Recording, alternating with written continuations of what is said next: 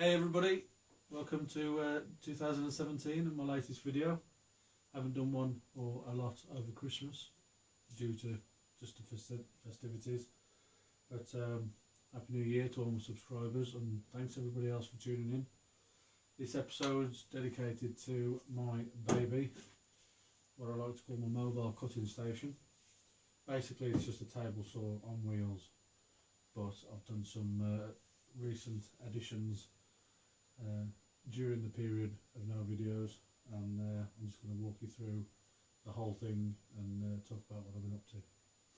Before I go into the breakdown of the table, I just wanted to say a few thank yous to some of the woodworking YouTubers. I just want you to know how much your videos mean to some people. John Peters gets the first mention. He was probably the first person that got me into it on on the YouTube channels. There's Shot Built, there's Jay Bates, Matthias Wandel gets a special mention as well.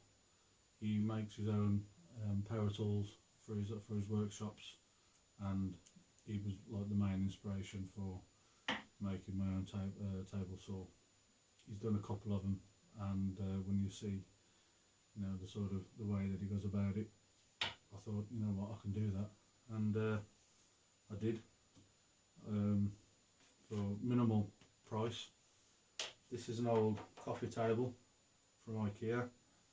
I've just mounted it on casters, removed the base and put it on casters, made a frame out of the framework of the old shed from down the garden. I've clad it in some 4X and one thing and another, but that's all just for decorative reasons. The chipboard or particle board was bought new. It was only meant to be a temporary lid, but ended up just carrying on with it and reinforcing it from underneath with some more plywood. The table saw itself was only second hand, paid £20 for it off my auntie and uncle. It was quite poor quality. The tabletop that it had wasn't even straight, but I've stripped it down and it's all good now.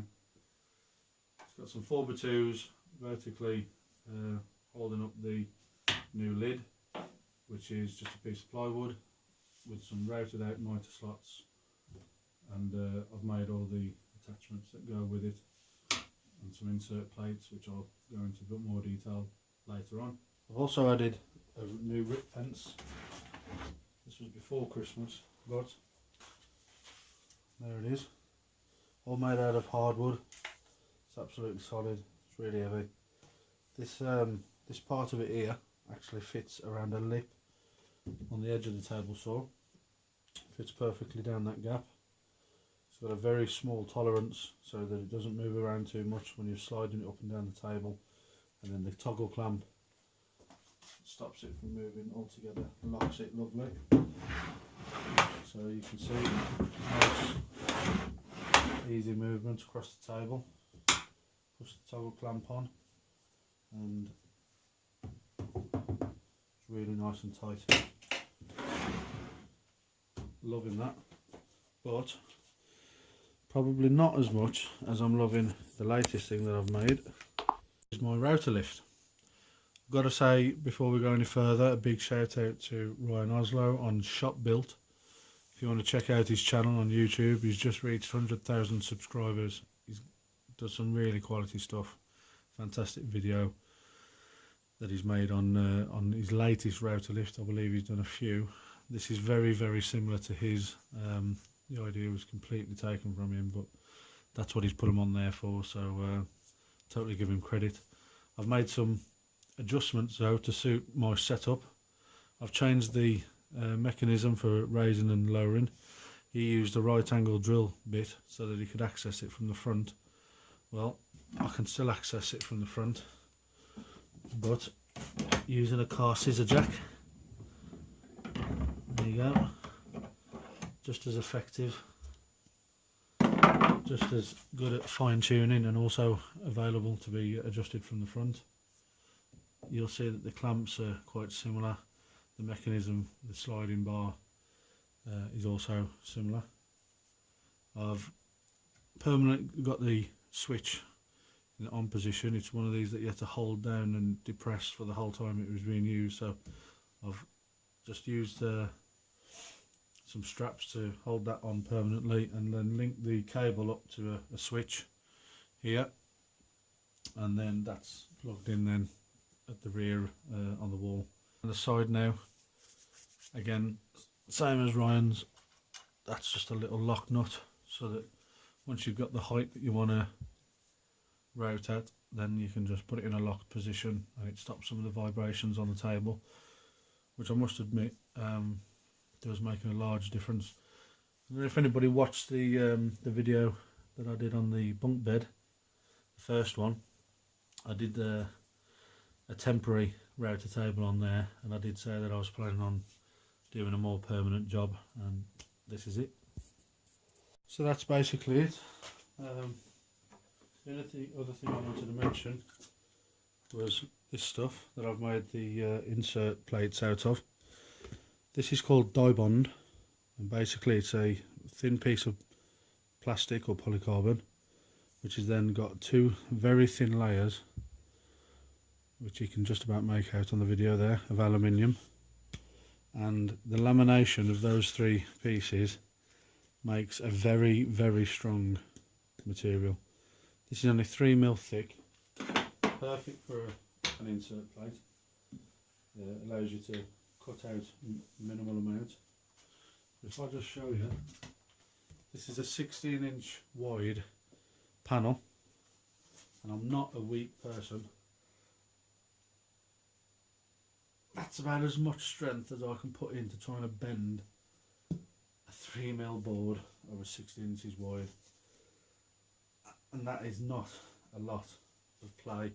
You can see how strong it is. It is absolutely rock solid. My dad's got this on the roof of his carport, and it takes his weight to walk on over large spans. So anybody trying to think of a suitable material or something, have a look on the net, see if you can get hold of some of that. I've done some other insert plates as well, so that when I'm doing other jobs, I don't get too much crap going down onto the router. You can see how good the adjustment is. If I get it up to there, maximum height, I can get to the lock nut, change the bit, lower it down to the height that I need it, and there you go. And then also, whilst I was making insert plates, I took the opportunity to make one for the table saw. I didn't have one of these before. It was just a slot cut in the top. It was meant to be zero clearance, but actually when I was first installing the table saw, there was a little bit of movement in the table and it caused the width of the slot to vary. Sorted out those wobbles now with a lot more strength on the table, and there you go, two nice insert plates, spare. That's my mobile cutting station. Something I've been dreaming of making for a couple of years and getting to this point, and now that I'm actually here, I'm just rubbing my hands together about what job I'm going to do next. Okay guys, that's it for this video. I was thinking about doing a shop tour as my next one. It's not only going to be a short tour, it's only a small shop. It's only a normal sized garage, so a single garage. So if you're interested in sticking around for that. The idea of doing the shop tour is not because it's a fantastic shop or the most well equipped shop. What it is probably the cheapest ever made. I think I've probably done the whole shop for about £100 over a period of like 4 years. That includes everything that you see, like with the mobile cutting station, everything.